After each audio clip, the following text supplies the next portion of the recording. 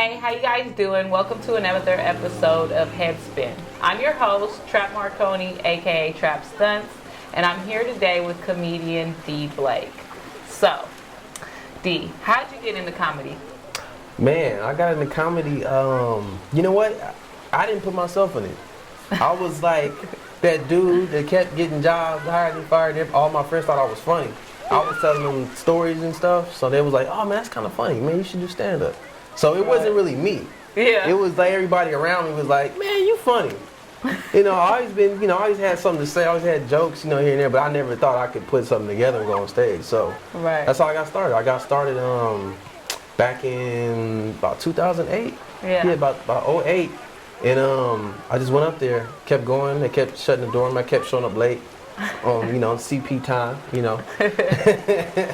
And I just showed up. I looked up on the internet and figured out what open mics they had in LA. And the Improv showed me some love, got in there, and I went in and I killed it the first time I went on. A lot of comedians, they bombed the first time. I actually did pretty good my first time, so I can actually write that down on my bucket list. Like, I didn't bomb the first time at the Improv. So, that's how I got started. I just got started from, just life, you know. Sometimes, life throws you lemons, you make lemonade. So, right. So what made you want to do comedy? Was it like your friends just pushing you, or it was like... I like the work hours. Because see, if you have a regular job, you're going to have to work 40 hours a week. And see, comedy, I could work maybe 30 minutes a night and get that same check that you get for the 40 hours. So, it's cost effective, But no, I mean, besides that, I felt that it was something for me. It seems like I looked at my life like I've been on a journey, I got out of school, couldn't afford to go to certain schools and do what I really wanted to do. I knew what I wanted to do, but I didn't. Thought I was gonna be a rapper, because that's what I was doing. I was writing raps, thought I was gonna be a rapper. My dad introduced me to Corrupt and a lot of the people that were at Death Row Records. Yeah. And he was doing security, and I had the opportunity to go, meet some people, and I thought I was gonna be a rapper. Right. So I'm like, cool. And that didn't work out because it costs to be a rapper. So, and I didn't know about the studio fees and all that. You like, this studio time ain't free? Yeah, I said, this ain't free. Oh, shit. Rapping ain't for me. So I needed someplace. I needed somewhere to I have all these books and stuff with all these raps in them. I'm like, I gotta say something. I just can't let this go to waste. I gotta talk to somebody, And comedy, you don't have to pay for studio time with comedy, So that was it. That's how I got into that. That's basically how I started doing comedy. I had something to say, couldn't afford to record it, so comedy was the next best thing.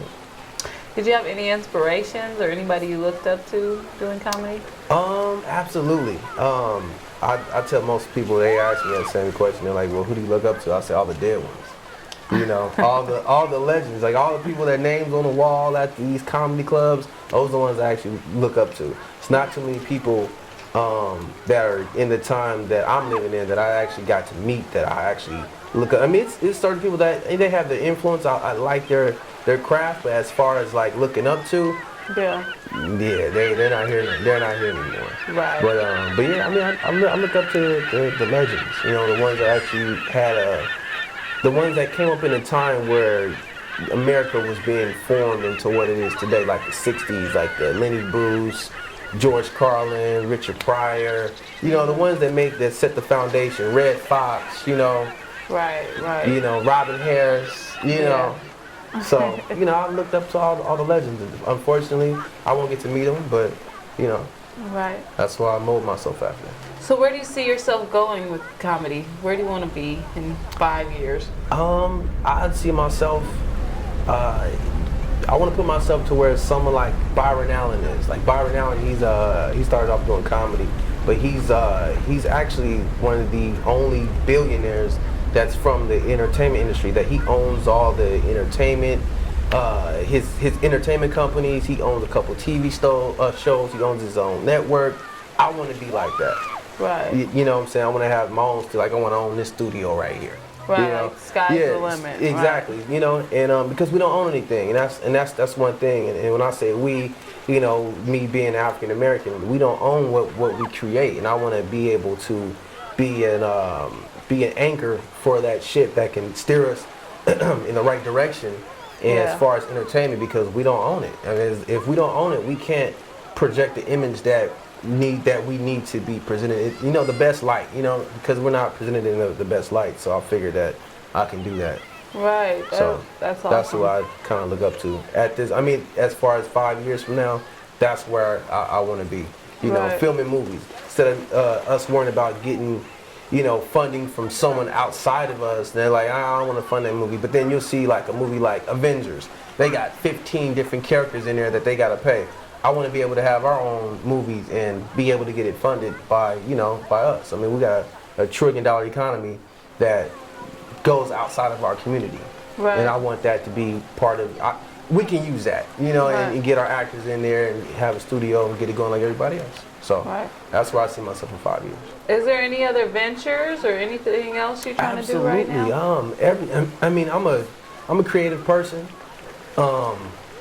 Clothing company, wholesale business, women's line of lingerie, underwear. You know, I got a whole lot of stuff in the making right now. Right. A whole lot of stuff. I have a clothing company called Aristocrat, so look out for Aristocrat. It's a lot, you know. Yeah. D Blake TV. That's my, you know, that's my film company. So so I'm everywhere. Yeah. I don't limit myself. If it's an opportunity where I can get cars and have my own some type of thing to do with cars, so be it. Right. You know, anything, I'm on it. You make watches, I'll put D Blake stamp on the watch. We sell watches too. Right. You know, so I'm all for it. I'm in everything. Right. So, like, what are some words of inspiration or something that you could give up and coming comedians trying to get in the door, trying to get even where you're at, you know, trying to get the Comedy Store or the Improv or? Get off your ass and go. Right. No one's gonna go with you.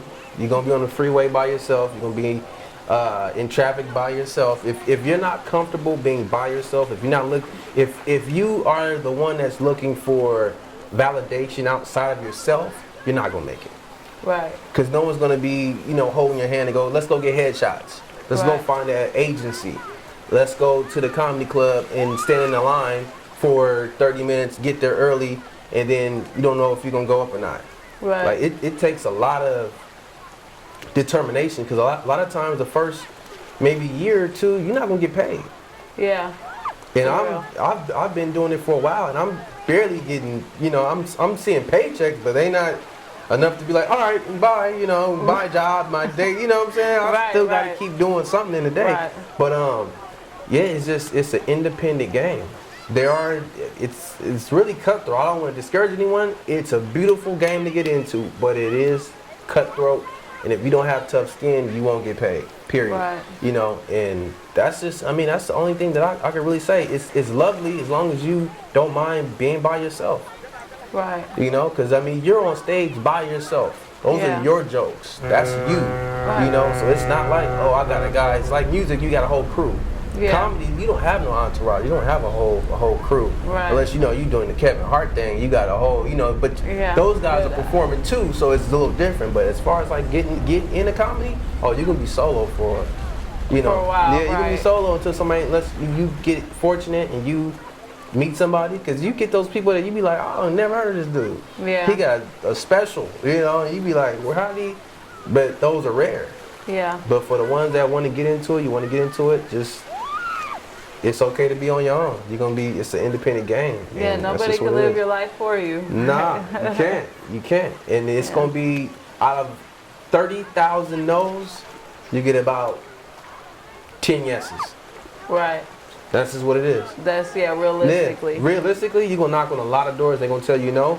You know, but that 0.1%, they're going to say yeah. And that's, you bum rush that door. As soon as that door opens, you run through there, you take everything off the table, and you be in the bed. Put stuff all in your pocket, in your shirt, tie your pants up, put them in your pants, all that. Yeah. Right, you bum rush that door. Right. And set your price. Hollywood is crazy. You gotta set a price for yourself. 'Cause Right. a lot Know of your people, worth. yeah, Know your know worth. your worth. Right. Know your worth. Because if you don't know your worth, somebody Lowball you. give you a Yeah. word, then you'll be like, damn, I did that for that. Like all I get is 2 Yeah, cheeseburgers. and then you gonna think about all them shitty jobs you had waiting tables. Like, man, people talk to me crazy. I could have been waiting tables. I thought I was At waiting least I tables. got tips. Yeah, talking about go get the ranch, boy. You be like, damn, I could be going go get the ranch, boy, all day if I was gonna do this. So, Right. set your price and have some dignity and Right. know what you're getting into. Right. So, All right, well, thank you for the time Absolutely. and for the opportunity. I just want to thank you. And that's it for today. I just want to tell you guys, if you could dream it, you can do it. And That's right. I'm out.